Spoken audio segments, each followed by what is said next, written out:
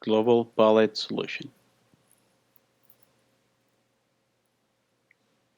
The symbol of our company is a pallet, which is our main product. The white font is to show and reflect transparency. The color in the background is to pay tribute to the logs and the trees the pallets are made of. The name Global Pallet Solution is because we believe that we can operate on a global scale and solve problems to our customers.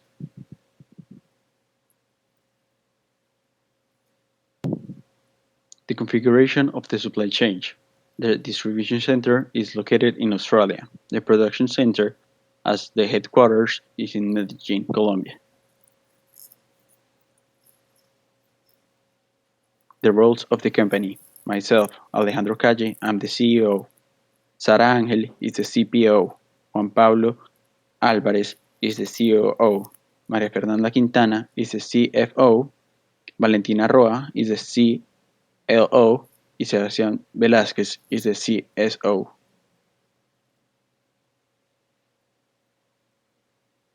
As I tell you before, the pallets are our main product.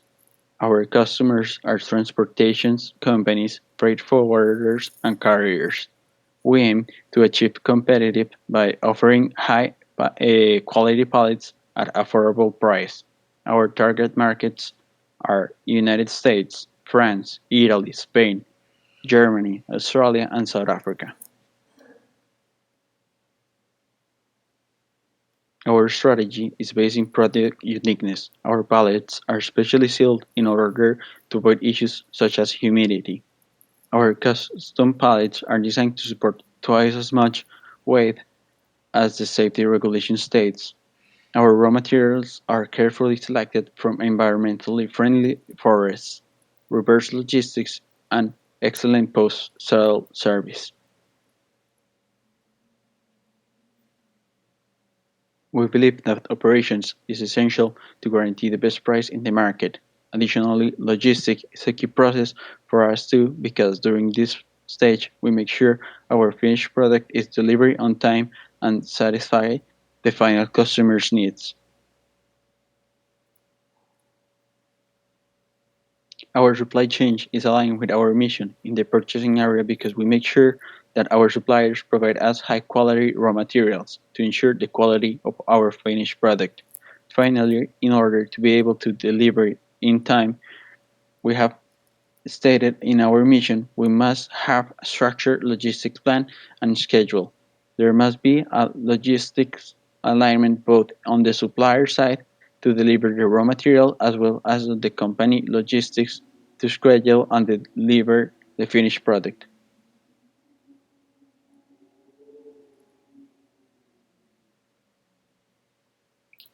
Good morning, everyone. My name is Sarah Angel, and I am the CPO at Global Pallet Solutions. I will proceed to show you the results for the purchasing department.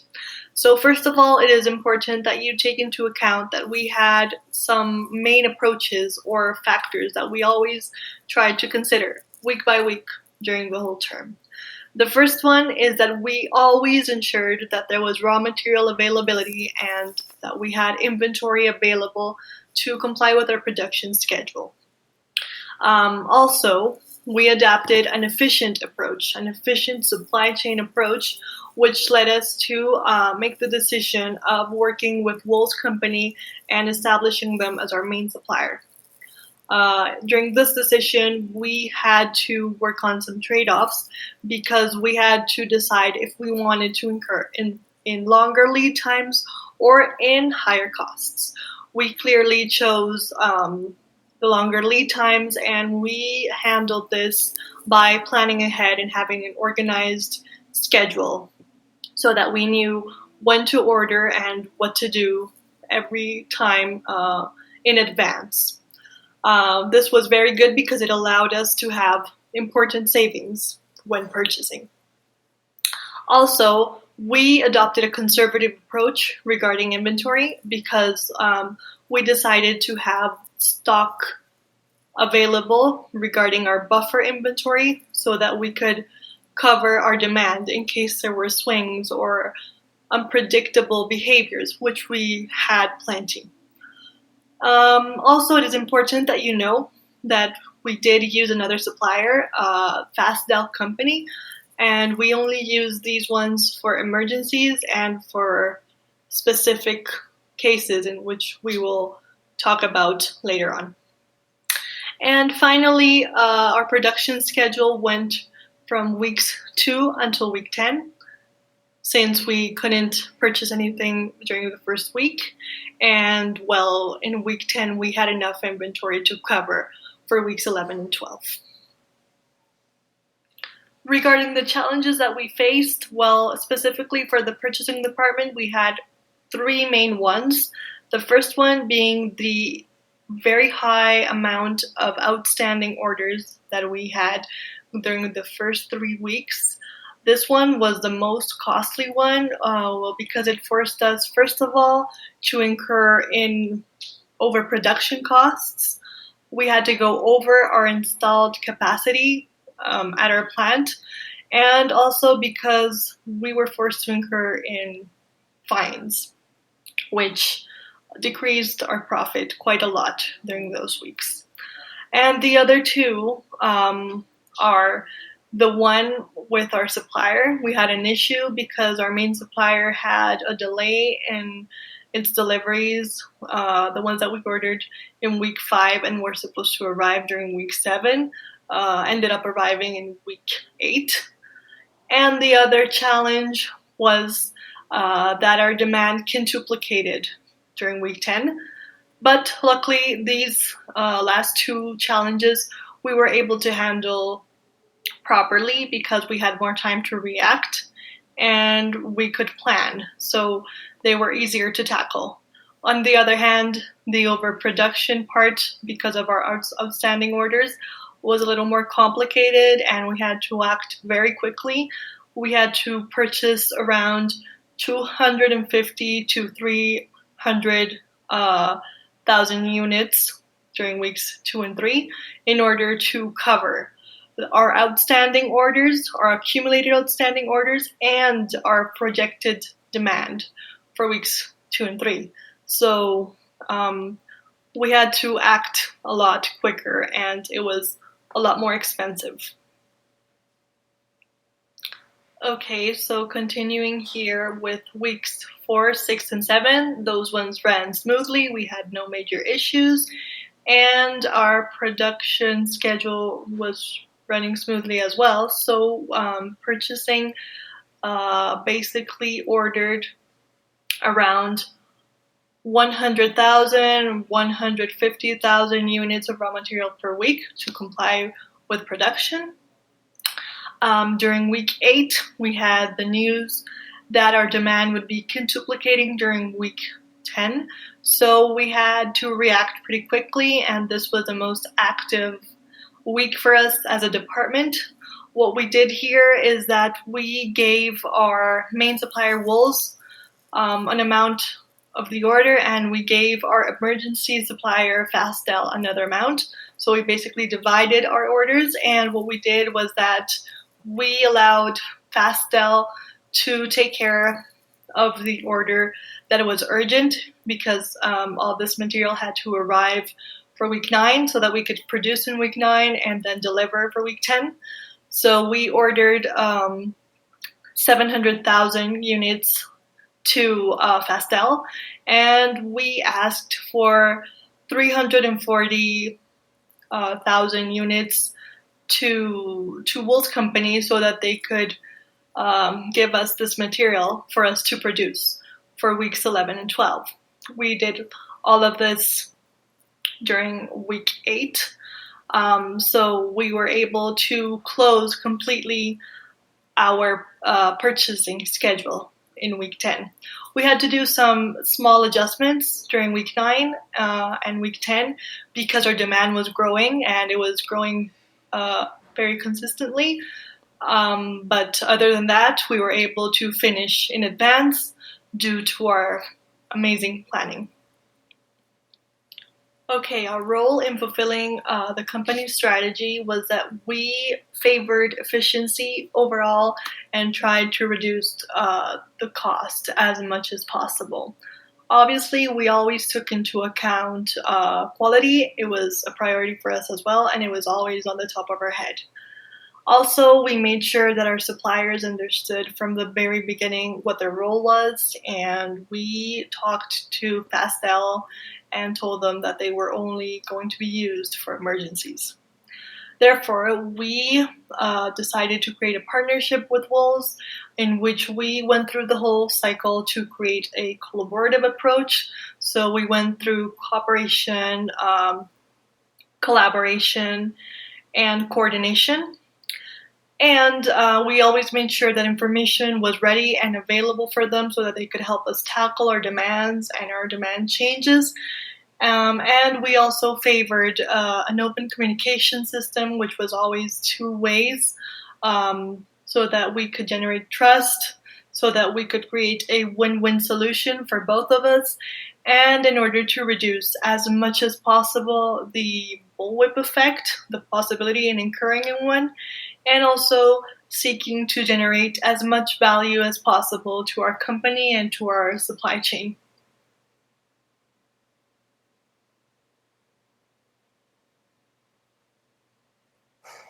Good morning, everyone. My name is Juan Pablo Alvarez.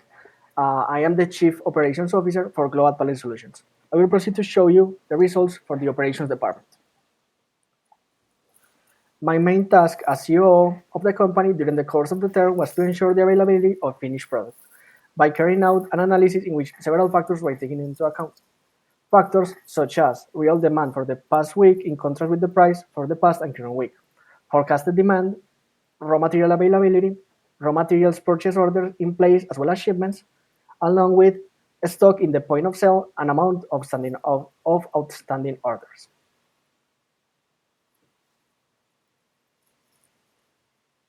Several challenges were met during the course of the term.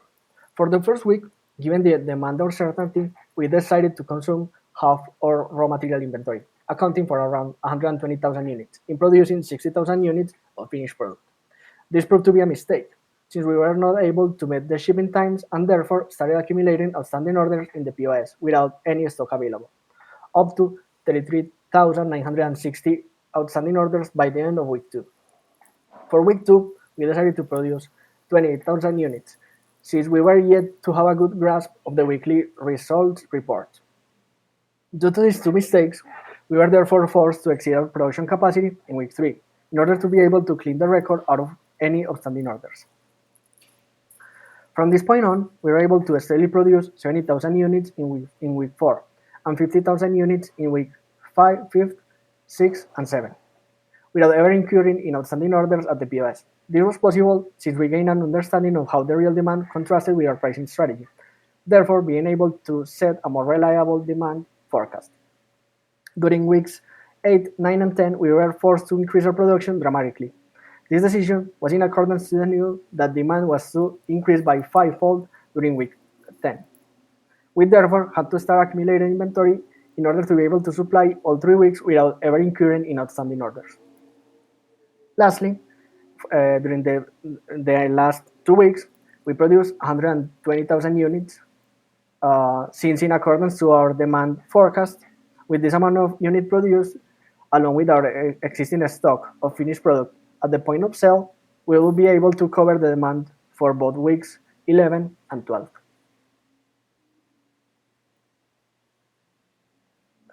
Lastly, in regards to the operations department, the main faced challenge was the unpredictability in terms of demand.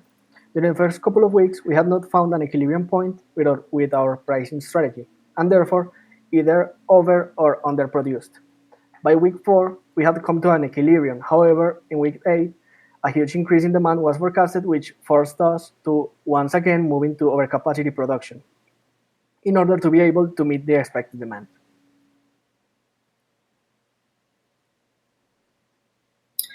Good morning, everyone. My name is Valentina Roa. I am the CLO at Global Pallet Solution, and I will show you the result of the logistics department.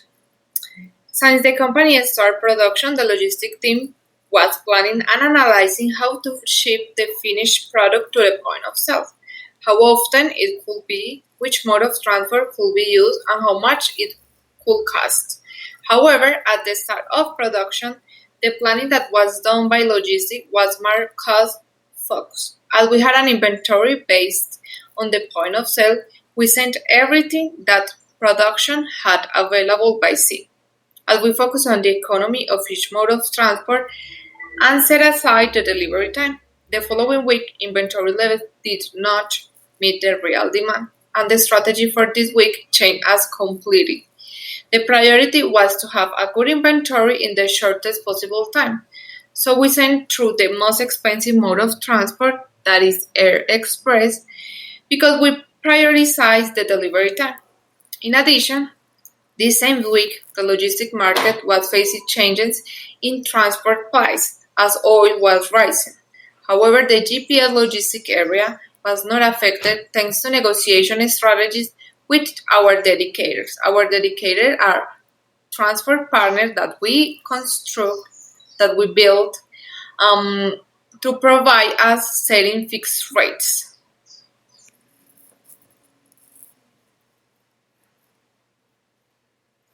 Finally, the company had to face in the last week a significant increase in demand. We changed all the strategies that were being handled until that time.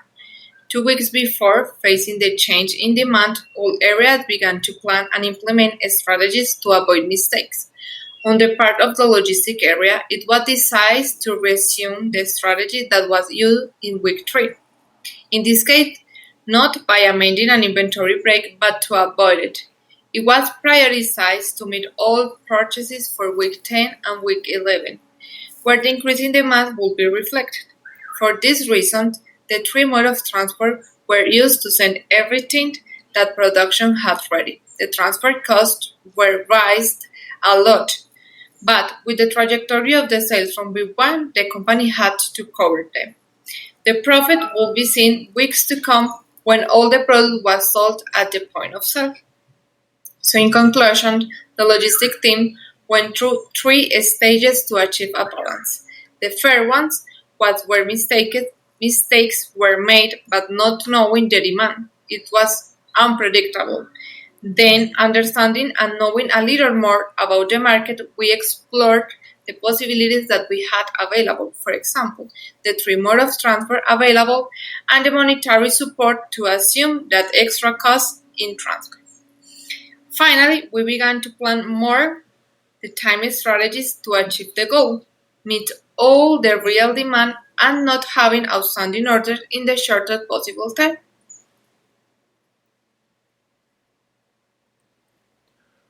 Good morning, everyone. I am Sebastian Velasquez. I am the CSO for Global Pallet Solutions, and I'm going to be explaining you guys results and performance on the sales department.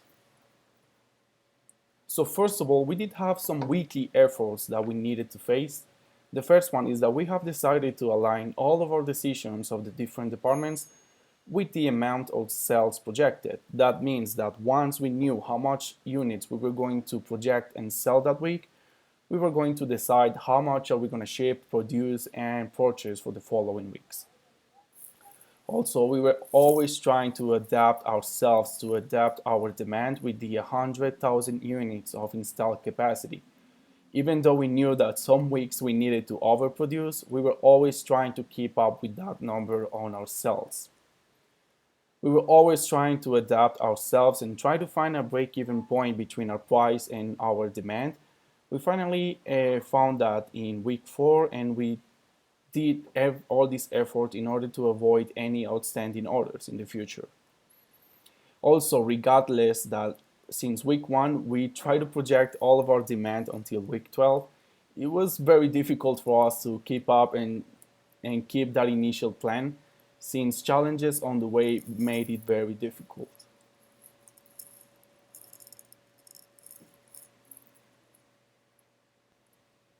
Alright, so we did had some challenges that we needed to face. For example, on week 1, we didn't know how close to reality the exercise was going to be. We were still trying to understand the complexity of the exercise, so we ended up guessing and trying to guess our demand and sales price.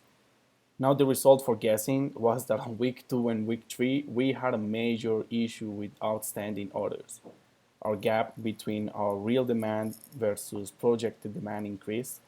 So, all of our decisions were trying to mitigate those outstanding orders in the future. Now, by week 4 and week 5, we have finally found our break even price. That means that we found the balance between sales price and number of units that we were going to sell. We were forecasting. So finally, we projected sales price of 1150 and a demand of 60 to 70,000 units per week. So everything basically remained the same until week 8 when we were advised of the week 10 rush, a big demand that we were going to have. So since week 8 until week 10, we decided little by little increase our demand so that on week 10 it wouldn't hit us so hard. So 2 weeks in advance, all of our decisions, we decided to prepare ourselves for that week 10 situation. It was very expensive, but it was worth it at the end of the day.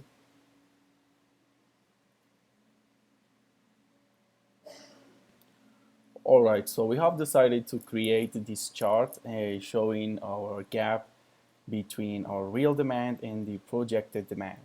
So the blue line is the projected demand and the orange one is the real one. So like I explained you guys, by week 1 until week 3 and 4, we did have a major gap between our real demand and project demand. Those are the outstanding orders that we had. We finally found break-even price on week 4 until we can see on week 8, and we decided to increase our demand, trying to match the 350,000 units that we were going to sell by week 10. After the rush for week 10, we have decided to slowly lower our demand until at the end of the exercise we just sold everything out.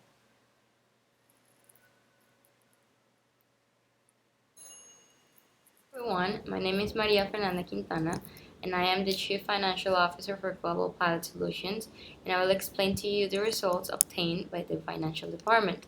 Before taking you through the week-by-week breakdown of the exercise, I would first like to go over the weekly efforts that we had to make. Overall, we put a lot of focus on maximizing our share of profit through 2 parameters. Number 1, controlling the cost of inventory and minimizing outstanding orders penalties. And number 2, continuously pushing the most profitable option when purchasing and shipping, which meant only advising options like Air Express and Fast Supplier when necessary. In addition to these 2 parameters, it was also important to keep in mind that not every week may end up with a positive balance because, that's business. Some challenges that we faced during the first week through week number 3 turned into losses of approximately $100,000. By week 2, we had operating losses of $470,394. Reason why we tried to mitigate outstanding orders by purchasing 398,166 units accounted for 437,249. These represented the biggest purchase throughout the exercise. By week 3, we faced losses of 52,131 as a result of the decisions made in the previous weeks in order to decrease the quantity of outstanding orders and keeping a healthy inventory. By week 4, we had a profit of 131,886 with a unit price of $15 with no outstanding orders.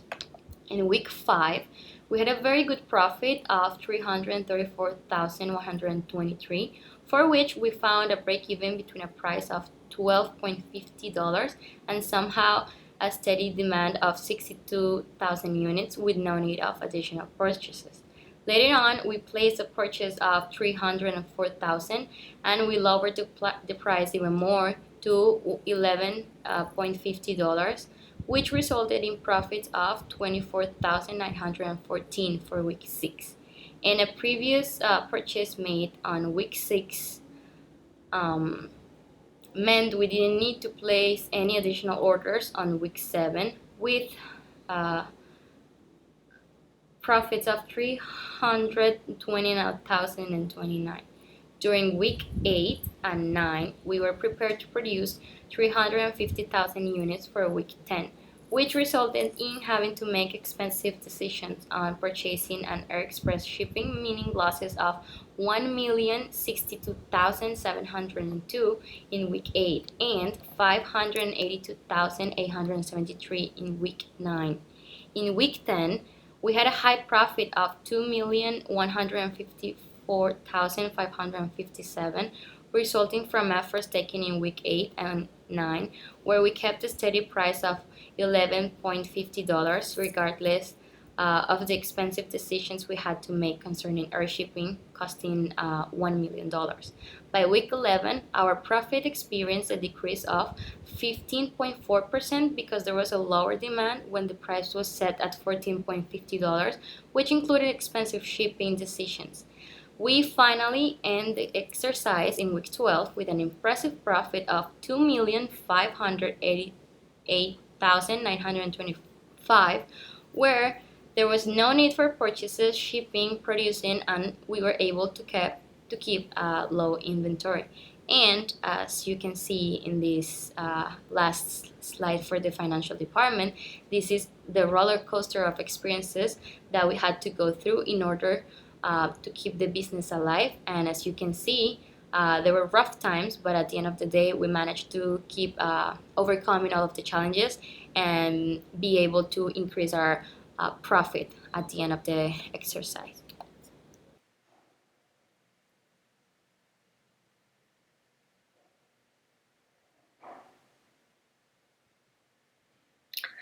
Some general factors that we took into account when signing the contracts with our suppliers were efficiency and trying to reduce costs, which is why we made Wool's our main supplier, and also quality, which is an essential factor for us because it is a differentiation factor in the market. Our product is very unique and has very special features, so we made sure that quality would prevail in both contracts. And we asked our suppliers to comply with the highest quality certifications, and we had to make sure that they complied with all the organizations that certify quality in each and every one of our markets, to make sure that we maintain that leadership that we have in every single one. Also, the Vienna law was selected for both contracts since both parties are familiar with this law. The jurisdiction that was selected was mainly arbitration. One party selects one arbitrator, the other selects the other one, and the third one is selected by both. This will take place based on the International Chamber of Commerce, and it will be in Canada if there are any disputes. And finally, while a collaborative approach was adopted with Wool's company, which I just explained, we made sure that there was a wide information and communication system. The features that stood out with Wool's contract were mainly a fixed price of 70 cents, regardless of fluctuations with the exchange rate. Also, we negotiated a minimum order amount of 50,000 units per week, and we made sure that we complied with this from weeks 3 until week 9. And also, the dispute settlement selected for this contract was conciliation first and then arbitration if no agreement was achieved. And this was mainly due to our solid partnership and very trustworthy relationship with this company. And finally, for the contract with Fastel, we highlighted a lot the importance of responsiveness, and we asked them to have availability for us at all times, which is why lead time for us was essential. Lead time was 7 days with no exception. Also, the seller took full responsibility of the load and of the material until it arrived to our warehouse. And also, the price that was agreed on was $1.50. It was a fixed price unless the negotiated price went over 10% based on the exchange rate.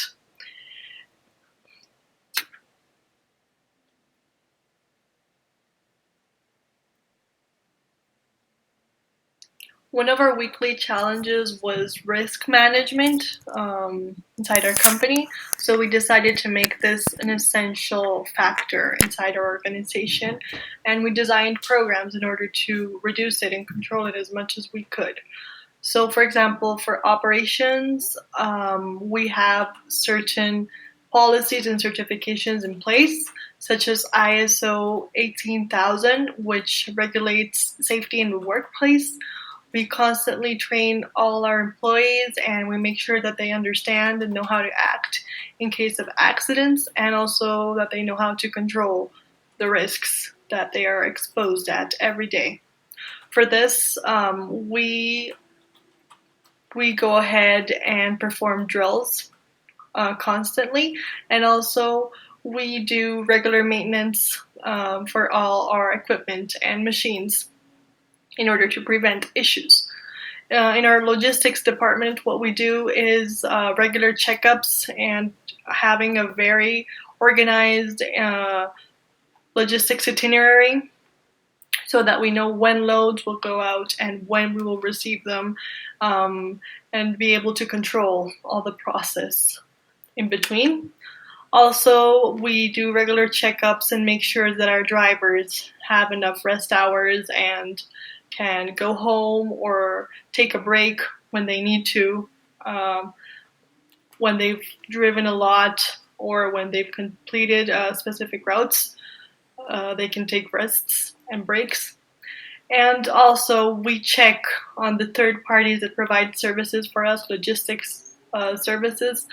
We make sure that they are doing the process right, that they have all the security procedures in order, and also we always ensure completely all our loads. In our purchasing department, we had to handle a particular challenge, which was a delay in which our supplier incurred. We ordered a certain amount during week 5, and it was supposed to arrive during week 7, but they had a delay and it arrived during week 8. So we complied with this and we tackled this issue by having a policy, which was our buffer inventory stock. Luckily, we had enough material to cover our demand for the next week because we had some remaining inventory there as safety stock, and also because we had some inventory in our point of sale that wasn't purchased the week before, so we could cover our demand with those two things. And also what we did is that we had to place an order of 100,000 units to our fast supplier just to make sure that we wouldn't have any issues. But other than that, everything ran smoothly and we could supply our demand properly and we had no major issues thanks to our conservative approach. And also, well, we handle this daily by transferring the risks to our suppliers in our contracts, as we just saw. Our suppliers are responsible for any quality issues and for the return process if it is necessary. And finally, well, in the sales and forecasting departments, we also make sure that there is always enough inventory in our point of sale to supply our demand. So they also do a really good job in order to control risks as much as possible.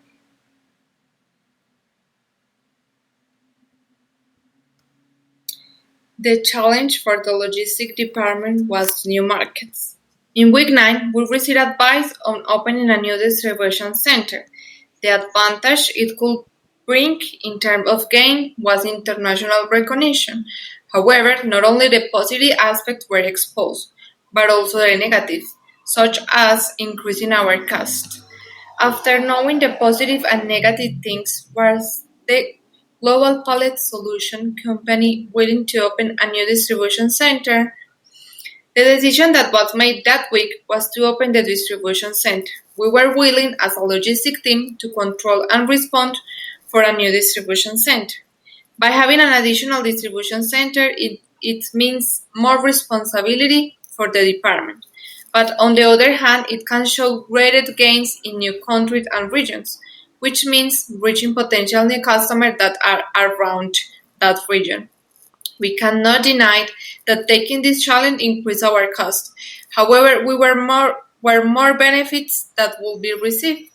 The strategy of opening a new distribution center was mainly based on reaching our customer in a short period of time. Remember that one of our main objectives in the company in Global Pallet Solution is to get our product to customer in the shortest possible time. However, we analyzed the situation for the next weeks of production. We were in a process of overproduction to meet the high demand that will be begun in week 10. This increase will be a good option to have more space to store the finished product. The overproduction increased inventory levels, and with the new distribution center, we improve our response times when demand increases unexpectedly. It was important to analyze where to open the distribution center, since to obtain more benefits than lost. A key location had to be found to make our logistic process more fluid and had the capacity to respond to a significant percentage of customers, which is why we chose Australia. Australia, a country that accounts for the 40% of our sales. The, there we could meet all sales and improve our delivery times with customers in this region, and at the same time reduce transportation costs at our headquarters in Colombia. Other option that we had in mind is to contact local suppliers to assist with the final production process of the product, because we will now be able to finish manufacturing our product in the warehouse. So for our department, we agreed to open the distribution center, and we in week 9 we thought that it was a good option, and today we still think the same. The distribution center is a good option for global pallet solutions.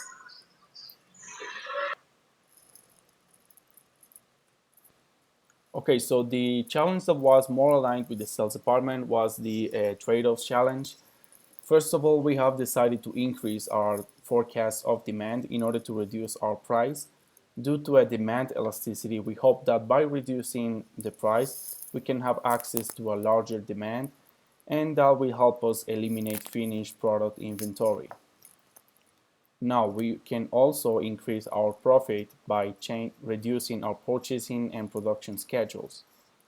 We reduce the purchasing schedules because we will adjust the production schedule during week 5 and 9 in order to break even and eliminate any buffer inventory that can generate extra costs for our company and also reduce our profit. So we also decided to increase profit by reducing our shipping schedules. We reduce our shipping schedules in order to try to get rid of existing inventory at the point of sale, and also trying to ship partially on from the slow supplier and as much as we can, and try to avoid the fast supplier that was more expensive. So now we have also decided to increase our price. Week 1 price was 6.5. We decided to increase our until 13 in order to lower demand and catch up with outstanding orders, which will later allow us to have a balance between price and forecasted demand. And we also decided to incur in higher transportation costs so that we can reduce the lead times and therefore have finished product inventory in a point of sale inventory to supply demand and eliminate any outstanding orders.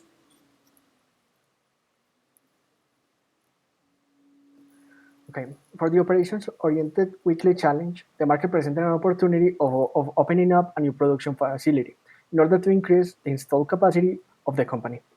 Since the challenge was presented in week 11, it was decided that the cost increase would not be worth it, as we would only produce 20,000 units in excess capacity, and no units at all during week 12. Had this alternative been presented during week 8, it would have been the preferred course of action, since we produce a combined amount of 380,000 units over capacity units. Furthermore, the addition of a new production facility would have gone against our end-of-term goal, which was keeping share prices high while reducing expenses as much as possible. Alright, so we did have a weekly challenge of metrics and performance. On the question which performance indicator will help you better control your supply chain, on the sales part, we have decided to choose the average sale and the profit margin. Why? Because it was going to help us to understand the company's financial performance. On the information side, we decided to choose frequency of forecast update and forecast error. Why? It was going to help us to understand the number of units projected that we were comfortable with to sell every week. On the facility side, we chose a capacity and utilization. Why? Because we were trying to be as cost efficient as possible, trying to reduce any penalties and any outstanding orders. On the inventory, of course, we chose the average inventory and average safety inventory. Why? Because we needed to ensure product availability and responsiveness at any time. All right, so on the question, what are the goals for those indicators? On the sales part, we have decided to keep our price from 11 to $13 per week, keeping a margin of 30% up and down. On the information side, we have decided to keep our error of margin of 10% on our forecasted demand, so we can bear any swings on the demand. On the facility side, we have decided to produce at least half of the installed capacity. That means 50,000 units per week. That's the minimum. And we also wanted to produce a maximum and overpass those installed capacity only when required and necessary. On the inventory, for example, we always wanted to keep 120,000 units of raw material in order to produce 60,000 per week. And also we felt very comfortable having 10,000 units of safety stock just in case of any swing on the demand. On the transport, we were always aiming trying to ship by sea 90% of our shipments and only using air express and air shipping when necessary.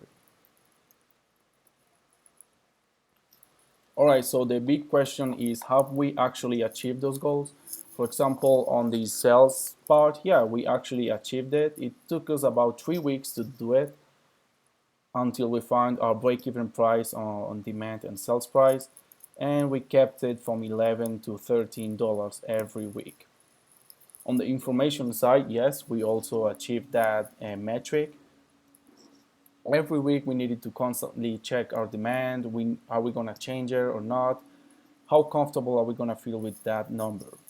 On the facility, we partially achieved it. Why? Because we did knew that on several weeks we needed to overproduce the installed capacity. But for example, on week 2 and week 3, when we had the outstanding order situation, we actually managed to comply with this goal.